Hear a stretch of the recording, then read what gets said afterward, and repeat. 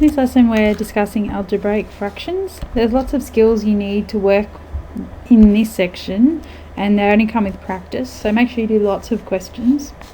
With this question here we've got three terms and they've all got different denominators.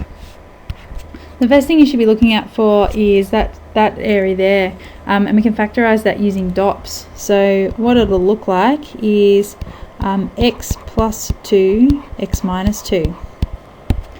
Now that the bottom line there is factorised, we're looking for a common denominator for all three terms. Okay, they're pretty similar, these terms, so we've got an x plus 2 on this one and an x minus 2 on this one. So what we can do is we can multiply the first fraction by x plus 2 to get the same denominator. We can multiply the second fraction by x minus 2 to get the same denominator.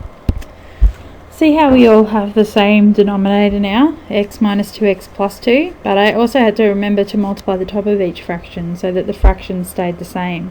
So that's the first technique. The next step will be to combine them. Now that they all have the same denominator, we can add them together. We can make them in one big fraction with x minus 2, x plus 2 on the bottom. Our next step is to expand and collect, being really careful again of these double negatives, which we'll need to expand out properly. So we'll get 3x plus 6 minus 2x plus 4 all over x minus 2, x plus 2. Okay, our final step is to just collect like terms and simplify. So 3x minus 2x is 1x, 6 plus 4 is 14. And this is where we stop, x minus 2, x plus 2. Because we can't do any more factorising on the top row, so that's as simple as it's going to get. Our second example is slightly different and requires different techniques.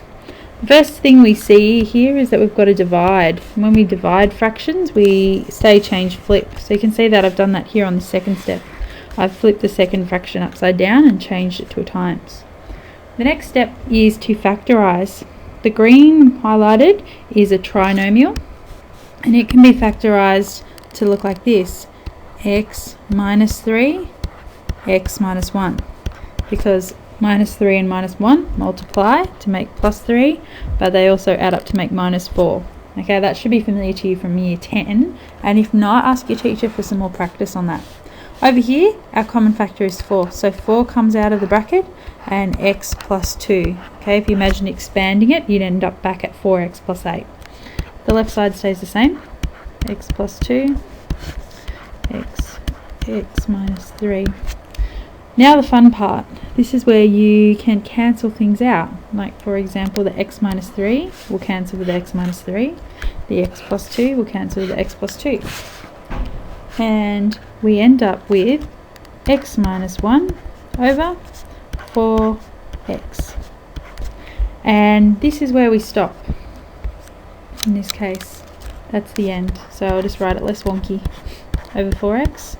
Okay, please don't be tempted to do this. I see this a lot. Okay, don't cancel this x with that one. Okay, that's not on. Alright, we need to take away 1 from the x before we divide it by 4x, and so we can't cancel the x's away. So please don't do this, I'll put a big cross through it. Otherwise, happy practicing and good luck with this section.